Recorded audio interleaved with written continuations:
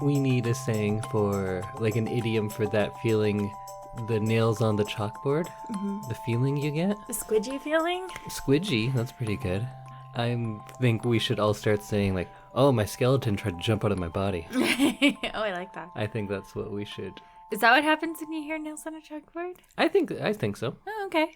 So that's the saying that everyone should start saying. My skeleton tried to jump out of my body. You heard it here, folks.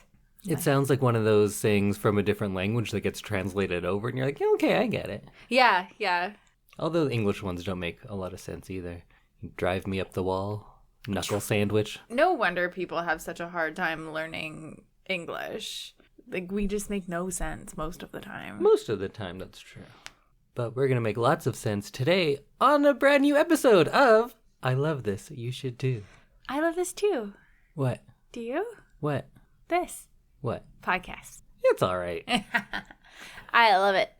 My name is Indy, not easily impressed Randawa, and with me is Samantha, the number one fan. He's... Woo! Number one. You're our number one fan? Yeah. You might be. Although you don't even listen to them all. Well, Sam, how are you doing today? I'm good. I'm working from home this week, which is very nice. So I got to be in the same room as you and not talk to you pretty much all day. Yeah. We're like a real married couple. Yeah. We're practicing for marriage. How are you, Indy? Did you have a nice day? Meh. You know, I'm just doing my thing. Editing podcasts and... Playing baseball? Watching Wong Kar Wai movies. Oh, yeah. But today, we are each going to have a spoiler-free review for our Things of the Week. And then I get to pick the next movie, and I'll be telling Samantha all about that at the end of the show. I'm excited. Your movies are always really interesting, and I feel like I learn things when I watch them. Oh, that's like the best compliment I could ever get. What do you like when I put movies forward? Now, see, there's a couple different things. But the worst thing I like is I do kind of enjoy it when one of your movies is very bad and explain why it's very bad, and then you're like, yeah, it was very bad. I don't like ruining it for you, but I do like convincing people of things. Yeah. I was about to say I like when you bring a movie to me that I haven't seen and I'm pleasantly surprised about how good it was, but when was the last one of those? Bring It On? And that was about like 2.5 years ago? Yeah. No, there's been a few other ones. I can't think of them now, but they're out there. I just like seeing different movies and getting different people's takes on them. So Right. That's always fun. That's fair. And I have bad taste. Historically bad taste. So that's fine. That's what makes this podcast so fun. Wait, you have a history of having bad taste, or like in the grand scheme of Earth's history, you're notorious for having bad taste? You have like historically bad taste. No, in the grand scheme of this podcast, I have bad taste. Oh, okay. Maybe. I'm pretty great otherwise. That's what I hear. Yeah. That's what your business card says. I'm pretty great. Otherwise. So, Indy, it's your week to bring us a movie. So, will you tell us what your thing of the week is? So my thing of the week for the third time is YRCA books. Oh. So the YRCA, I've been over this on the podcast a few times before. This might be your third round of YRCA. It is. Yeah. It's the Young Reader's Choice Awards. Mm-hmm. So that is a award that is nominated and voted on by children. They're novels, and it takes place in the United States and Canada in the kind of Pacific Northwest region.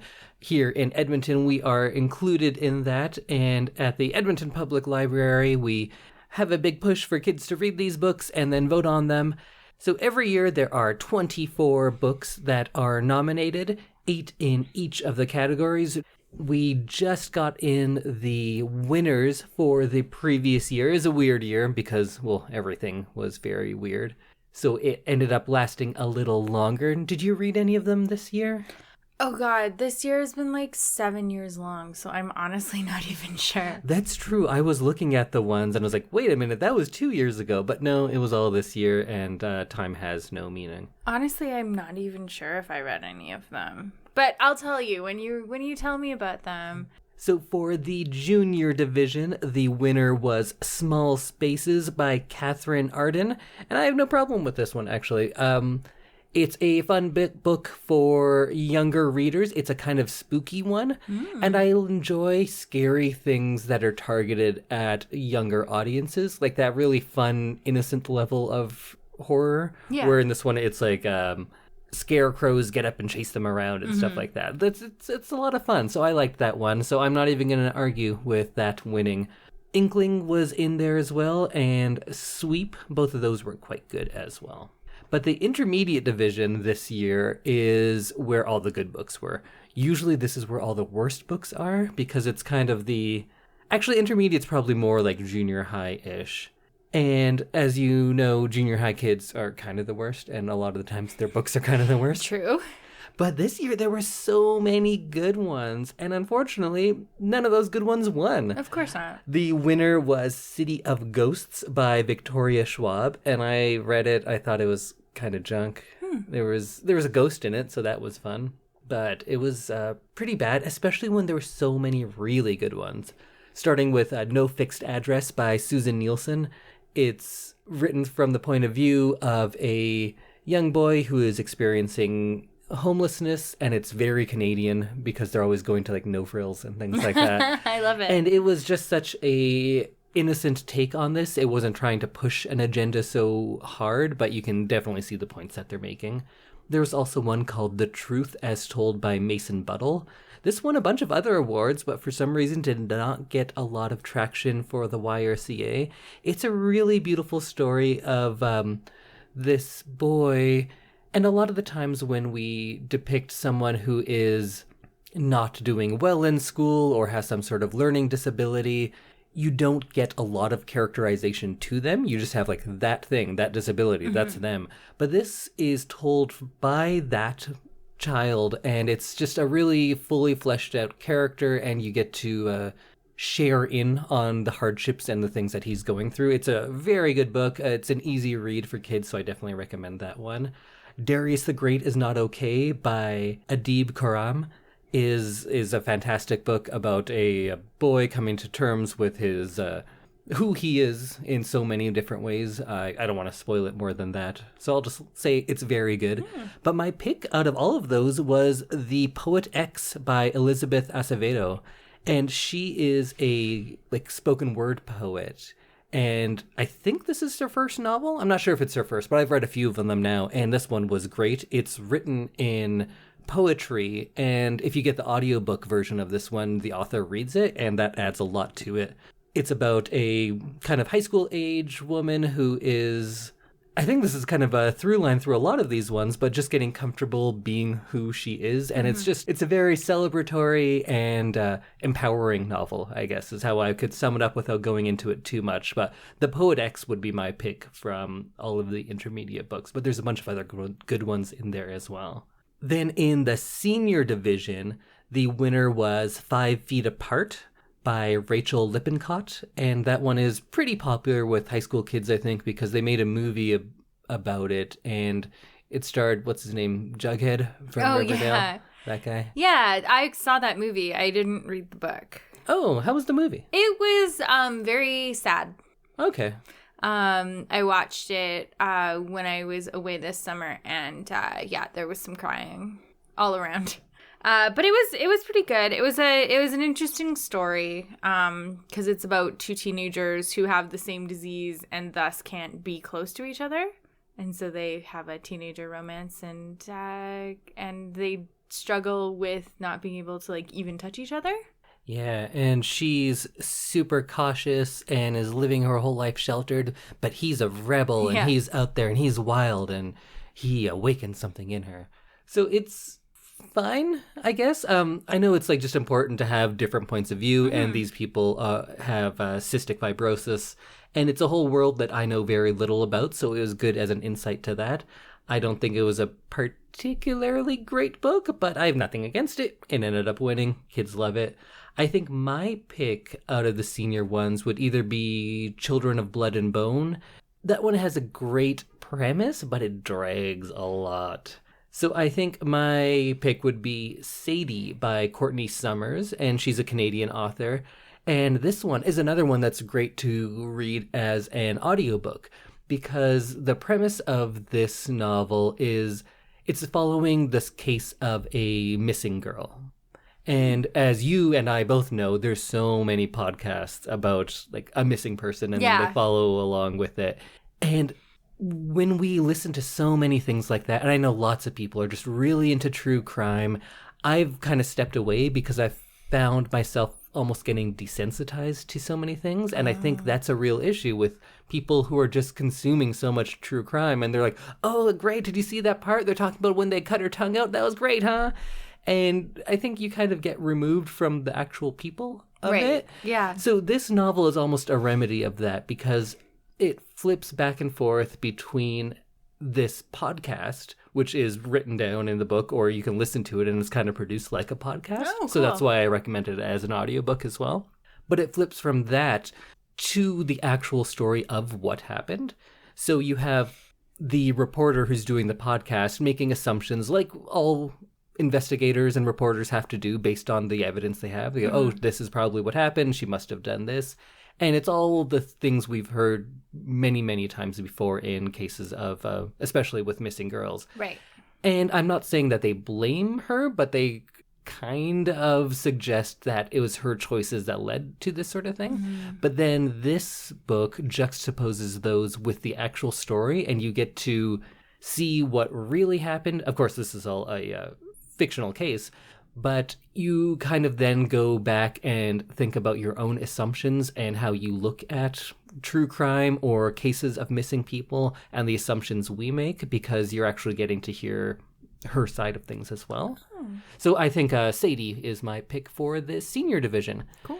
And we have a bunch more. There are 24 new books coming out for the, I guess it would be 2022 list for the YRCA. I'll put a link to in the show notes where you can view all of those and get them from your local library. But 2022 is like 5 years away, right? So something like that. So I have lots of time to read. It may have already happened. It might have already happened. It might be really far away. It might be tomorrow. Might be both. Time has no meaning. Time's a flat circle, man. Yeah. Always a flat circle. So I guess all of those are my things of the week, and just kids reading books. Maybe that's my thing of the week. Samantha, what's your thing of the week?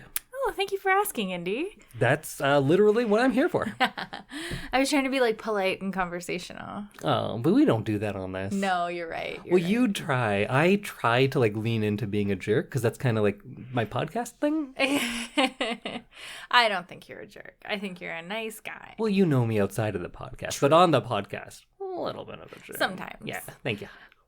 So my thing of the week is something that we've been watching together because we are literally never apart. Yeah, that's very true. It's the last 2 months, it's been very hard for me to find things of the week because I've either been watching series or it's taking me forever to listen to whatever book I'm listening to, so I don't want to talk about it on the podcast yet. And it's been very hard for me to try and find things of the week.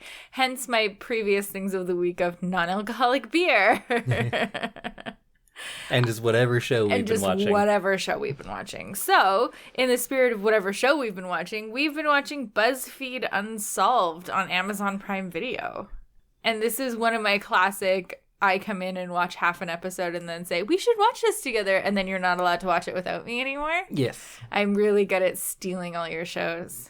But this one I'm glad because it's fun to watch things like this with somebody. Yes. So what's this show all about? So it's two guys, Ryan and Shane, and they go and explore either haunted things or things that have demons, mysterious disappearances or deaths. And so it's really interesting to see them do different kinds of things every episode, so it keeps it kind of fresh and fun. Yes, so we've been watching Supernatural, but there's also one that's True Crime, which you haven't seen yet.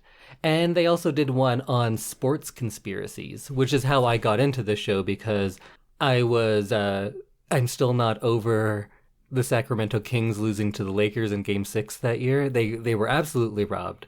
And then I started watching a video about someone who agrees with me, and then that led me into all of this. And then I was only on episode 2 of this, I think, when you joined in.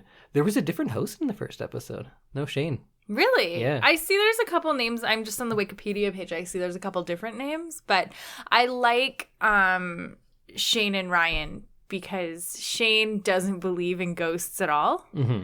And just thinks it's ridiculous, but he clearly likes Ryan. Yes. And then Ryan is like a total believer. Like he is like 150% into the fact that ghosts are real, that they could like stumble across a ghost at any second, that like voodoo and witchcraft is like something not to be messed with. He always has holy water with him. In the most recent episode we watched, he had holy water and a water gun. Just in case a demon comes. Just in case a demon comes. And so it's kind of fun to see him kind of freaking out and Shane not like really believing it but going along with him. And and all the kind of fun ghost huntery tools that they use. So I really enjoy this too, much to my surprise. And I've seen quite a few different kind of like ghost hunter shows. Mm-hmm. And I like this one better than pretty much all of them because it strikes a balance between how serious it should be and how much of a joke this whole thing is. Because it's hard for me to watch one of those ghost hunting shows where everyone believes and then you hear, and everyone's like, oh, it said, I'm going to come murder you tomorrow. Yep, that's what it said. Yeah, that's what it said. Because that's clearly not what happened. And when they're taking themselves so seriously, I cannot. Right. In this one, it is a very great balance because the guy who is like the believer has no arrogance to him or anything. He's not one of those like neck-bearded, super aggressive ghost bouncer guys that you get on a lot of shows. He's legitimately just terrified all the time. But the way he expresses this is usually through kind of like nervous laughter, but he's terrified all the time, and it is kind of funny to watch him be that scared. But it's also like cute. Yeah. Because Shane like supports him through it. Yeah, and the skeptic is, I thought early on I wouldn't be able to watch him because it sounds very mean, but he has one of those faces that you're just like, oh, this guy. No good. And that is kind of his role on the show, but just to the extent that mine is on this show, is to like kind of stick it to you and like make fun of the movie a little bit, but not be too mean, unless it's like Bride Wars, because that deserved being mean. We'll never be the same after Bride Wars. So he doesn't antagonize him too much, but he is just not scared, and he just doesn't believe the things. So he goes like, no, that doesn't make any sense. Why would I think that's a ghost? And he's pretty matter of fact and a little bit funny as well. So the show is organized in a way where the believer guy is telling the stories about whatever happened to this place, and that is cut in with them going to the place, and sometimes they stay the night there or they do a tour around, something like that. And they're very in time from like 15 to 30-ish minutes for the most part. So they're nice short ones. You can consume a couple of them and you actually do learn something. Not maybe learn in the sense of like a new skill, but the way they present the information, I do actually remember the things that they're talking about. Yeah, it's like historically factual. They've done their research and it is nice to kind of learn a little bit like, oh, I didn't know that about that state penitentiary. That's interesting. But yeah, it's fun, it's light, and it's really easy to get sucked into it. And it's spooky. Ooh. We usually watch it with all the lights off. Well, you have to. Yeah. So my question then, do you believe in ghosts? Yes. Do you? Yeah. Tell me about that. My mom and I lived in a house that was very haunted. And we think it was the ghost of the old lady who died in the house. And this ghost, like, I'd hear footsteps upstairs, and I'd come upstairs and no one would be home. And I'd like hear things outside my room at night. Things would move around. One time, they say that ghosts don't like change or like when people are like changing or moving or anything. So we had suitcases out because we were going on a trip, and there was this huge bang outside between the two bedrooms in the hallway, and it was, we assumed, because we had been packing to go on this trip. And it was, it was very obvious that there was something in the house that was not happy that we were leaving. Interesting. Yeah. My mom also believes in ghosts, I think. But yeah, so that's definitely why I believe in ghosts, because I've lived with one. Indy, do you believe in ghosts? I want to believe. Oh, okay. I think if you go by like accounts like that, I probably have more accounts than most people. Because I lived in that suicide house where somebody killed themselves, and then the next people after that, there was a murder-suicide, and then there was like lots of people who came to that house, saw lots of things, and heard lots of things. I've told you those stories, so we don't need to go into them too much here. I have heard them before. So that's why I think that you should be like the person who really believes in it. And I filmed a movie in this very supposedly haunted place, and we saw a lot of things, and I saw things straight up just move. So there's that, but also like I'm kind of in the way of I don't know what's analogous to it, like a really rich guy who has like a pretty good life, and then someone says like, oh, you only have that good life because your parents gave you all that money, and you're like, no, I clearly like deserve it. But the more you think about it, the more you realize, oh no, wait a minute. So I try not to think about it, because I want to believe in ghosts. It's so much more fun. It is. To live in a world where like spirits and things like that is real is the world I want to live in. I'm not convinced that we do live in that world. Oh. Because everything is worse than I want it to be, and nothing's nearly as magical as you want it to be. So I kind of don't. If I had to like put money on it, I don't, but I want to very, very much. So I'm just gonna keep on watching my ghost shows because I love them. I think one day you're gonna see something and you're gonna be like, that happened to me, I believe, and then that's gonna be it. But I'd had to like talk to the ghost to be like really convinced, or like see something, because I've seen things move around on their own. I've seen like the outline of somebody like walking past me. But out of the corner of your eye, or while you were waking up or going to sleep?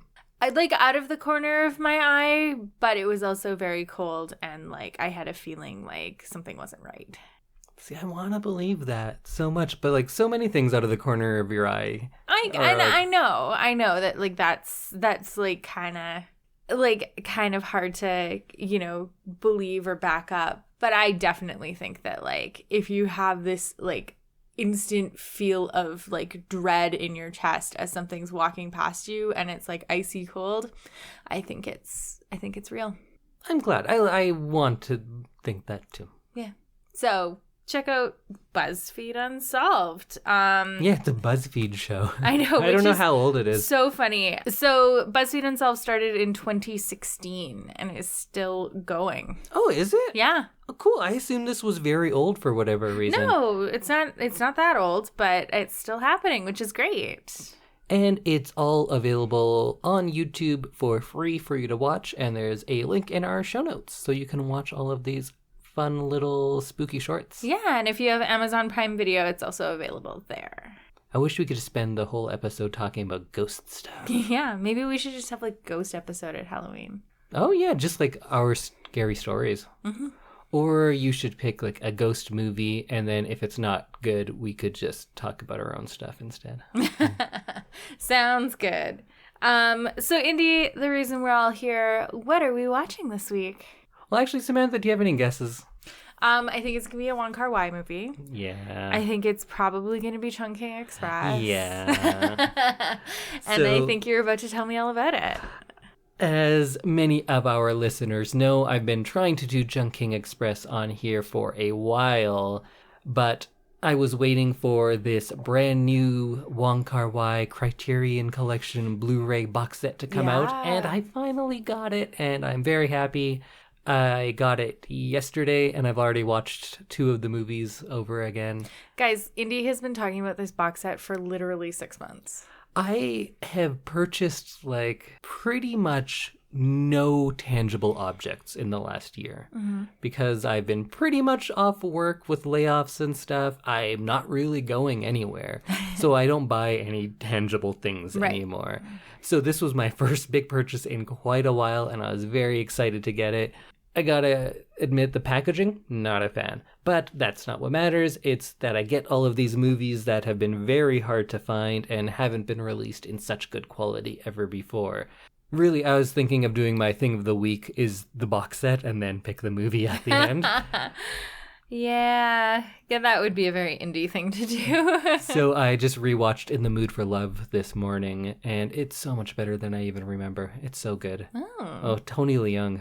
What a heartthrob that guy was, huh?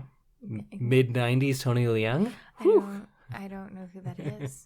Well, you're going to. Yes. So, as Samantha correctly guessed, my pick of the week is the Wong Kar Wai film Chungking Express from 1994.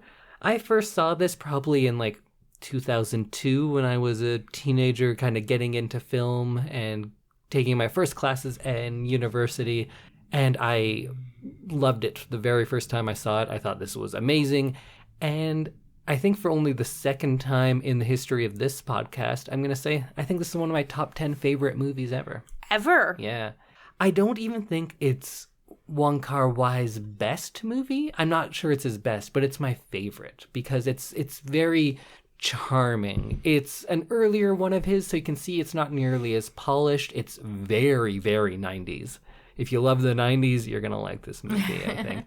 But it might not be his most well-crafted, but I just love it. There's so much about it in the performances, in the music, and how it's shot that it all just comes together in a very unique way that feels very much of that time and yet has like a very timeless message to it. This is one of my favorite movies I've ever seen. Interesting. Okay. Wikipedia describes it as a romantic crime comedy drama. I don't know what that means. That's a lot of things. But it's 2 stories. So I'll give a little bit of information for all of you out there why you should watch it, but I won't ruin anything today, I promise. There's 2 stories that don't really link up, but we'll get into how they do or how they don't. And they're kind of love stories. Most of Wong Kar Wai's work is romantic. That seems to be the main plot in much of his work. Sometimes the romance is allegorical for one thing or another, but that's kind of what it comes down to. It stars Takeshi Kaneshiro, who was in Fallen Angels, House of Flying Daggers, Red Cliff. So I think he started off as kind of like a young, like heartthrob type guy, but then turned out to be like a really good, solid actor and has had a very long career since. Oh, good. Bridget Lin, who is one of the older people in it. She was in Police Story and Ashes of Time. Faye Wong is very young in this one, and I think this might have been her film debut, but she was like a pop star. She's a singer. Oh. And she actually sings a few of the songs in the movie, in the soundtrack, but she's acting in it as well. Oh, cool. That's fun when they get to do multiple things. Mm-hmm. And, of course, it stars Tony Leung, who I've described as one of my top 5 favorite actors of all time. It's like Vincent Price, Tony Leung, De Niro, Pacino, Bill Murray, probably. I think that might be the 5. Yeah. He was in Days of Being Wild, Hard Boiled, Happy Together, Bullet in the Head, In the Mood for Love, Hero, Infernal Affairs, Red Cliff, and now, this year, he's going to make his Hollywood debut. He's coming to America. What? And he is going to be the Mandarin in Shang-Chi, the Marvel movie. Oh, cool. So he's going to be a Marvel guy now. That's amazing. Is he going to get super ripped? Like, he's Tony Leung. He doesn't have to... Oh, he's already ripped? Whatever he is, it's enough. Oh, okay. He did play Ip Man in Grandmaster. So he's done Kung Fu movies before. Okay. So he's in at least good enough shape for that, but he's not a young guy anymore. So I believe he's going to be the teacher of the main hero. I think. I'm not sure how they're going to do it.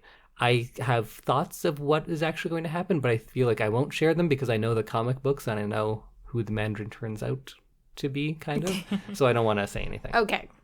But I anyways, don't know. he's in a Marvel movie, so that's pretty cool. That's pretty cool. I know I said I wasn't going to watch any more Marvel movies in the theater, but I didn't know they were going to bring Tony Leung out, so maybe I will for that. I want to see all the Marvel movies in the theater. It's like the one time we go to theaters.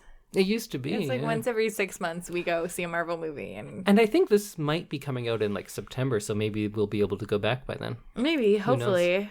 Yeah. Someday we'll be vaccinated. One day. So this takes place in Hong Kong, which is a place that's very dear to my heart, I guess. I've only been there twice, but I really enjoyed Hong Kong. And a lot of it takes place in and around the Chungking mansions, which, do you know what that is? No. It's one large complex, one building, and the building has about 2,000 rooms to it. How would you clean that? It's huge. It sounds huge. It is. It's so big. It's also like a death trap. If that thing burns down, like everyone's gonna die. Yeah, how would you get out of that? The elevators, there's always a line for the elevators. I actually stayed there when I went to Hong Kong the first time. And I got myself a little room that was 6 feet by 6 feet. And a cell. Yeah. You got yourself a cell. And I know it's that big because I'm exactly 6 feet. And my feet and head touched the walls when I laid down. And that 6 by 6 also included a shower and a toilet. It's all in there. That sounds cozy. It was something. Luckily, I didn't spend much time in my hotel there. But I was reading about it today, and Wikipedia describes Chungking Mansions as being known to be a center of drugs, as well as a refuge for petty criminals, scammers, and illegal immigrants. Oh, like you. Yeah. A scammer. Yeah, I was just scamming everyone over there. I didn't realize it had like such a negative connotation because I'd only seen it in Chungking Express, which I take as a very romantic and beautiful movie. So I was very excited to stay there, and then I got there, and it's much less exciting. So I don't know if I can really do a trailer for us to watch because it's all in Mandarin and Cantonese, or most of the trailers are just music, so it won't really work for the podcast. Right. But what I'm going to do is I'll show Samantha the trailer, not for this movie, but rather for the Wong Kar Wai box set. Okay. Because I feel like the trailers don't encapsulate the mood. And if there's one thing you can say about Wong Kar Wai is that there is a very distinct look and mood to his films. Right. He's a big mood guy. He's a big mood guy. Big on the mood. Big on the mood. Wong Kar Wai. I almost want to talk about people who are going to criticize already and like argue with them, because I think you could say a lot of his stuff, people think it's more stylish and less of a true auteur. Like, he's not making everything. He's not being a true author of all parts of this, but rather he's just a average filmmaker who puts something stylish on the screen. Ooh. And I think you could say that about some of his work. Sometimes the style is like a little too much and it almost takes me away from the story. Right. But I definitely don't think that's the case with Chungking Express. So I'm going to show Samantha this trailer. You won't be able to hear much. You can hear a little bit of music, but I'll put a link to it in the show notes. Perfect. For all of you out there. So what does this look like to you? It looks like a foreign film, but it also looks very colorful and like fun. Yeah, I think there is a lot of fun to it. There's a lot of romance, but there's still lighthearted stuff, and then there's occasional like blasts of violence. Yeah. It's just kind of all over the place, but I don't want to make it sound like it's scattered. All the things. So for people out there, if you're like, I don't know, why do I need to watch this movie? Here's my pitch of why you should. I'm not going to talk to you about how it's like amazing and great, because I think it is, clearly. I think it's one of my favorite movies ever, but I think a lot of the movies I say are great, like The Shining and Raging Bull, they're not easy watches. No. It's work, and it's like, I'm putting this on tonight, and you have to be in the right state of mind to do it, right? Yes. Chungking Express shares more in common with a romantic comedy than it does with a crime drama. Okay. So there's a lot of romantic comedy elements. I think it's a very funny movie. At least one of the two storylines is pretty funny, and the other one's funny in a different way. But I think it's an easier watch than people might expect if you're not familiar with the movie, because not all of Wong Kar Wai stuff is as light. Actually, very little of it is. Oh, okay. So it's fun and vibrant, and yeah, I do think it gets into postmodernism and the fluidity of identity and how like no true individual exists anymore, or perhaps ever did. But it's also a romantic comedy. So if you're not sure about watching it, it's like 98 minutes. It's not super long. There's fun musical montages and romance and comedy. So I think a lot of people might find it more accessible than they think. Okay, great. And that's another great reason why I'm showing you this one first, because we will do more Wong Kar Wai eventually, but this is a good gateway in. It was kind of his big breakout film and was one of his first commercially successful ones, and with good reason, but I think it's one that you can easily get into. Okay, good. I'm excited to watch this. You've been talking about it for months. I'm ready to do it. I just hope it's not like disappointing now, because I have been waiting for this for so long. You have. I'm going to be sad for you if it's disappointing. Well, I owned it on DVD already. Oh, okay. So I've seen it. I've probably only seen it 3 times, so I'm confident in what I think about it, Yeah. but what you think about it is what we have to worry about now. True. Okay, well, we will see you next week when we talk about Chungking Express. Yeah, and you can watch it on Mubi, the MUBI, which is some app that apparently people have. It's on there. It's also on a website called AsianMoviesOnline.com. Oh. You can check that out. Or you can look in that drive in our show notes, and you can watch drive. it in there as well. I'm not sure which version I'll be able to get to you, if it's the new one, because they changed the aspect ratio. So I haven't seen the new one with the changed aspect ratio. So that'll be So it's interesting. like for bigger screen TVs. No, it's actually more like a traditional, like older stuff. It's not 1.85, it's a 1.66, I believe. Oh, okay. Well, we'll get into that on the next one. Excellent. So grab a can of pineapple and make sure you watch Chungking Express. A can of pineapple? Oh, you'll see. Okay. Oh, you can't eat pineapple. No. I am going to need a can of pineapple to watch this movie. Okay. And if you plan on watching it, I suggest you get one as well. Okay. Or like a chef salad, but I would say can of pineapple. Okay, we'll see you next week with your can of pineapple. Bye, everyone.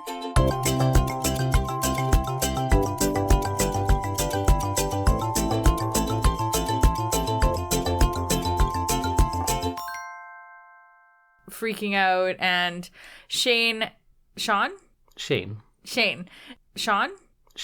and Shane not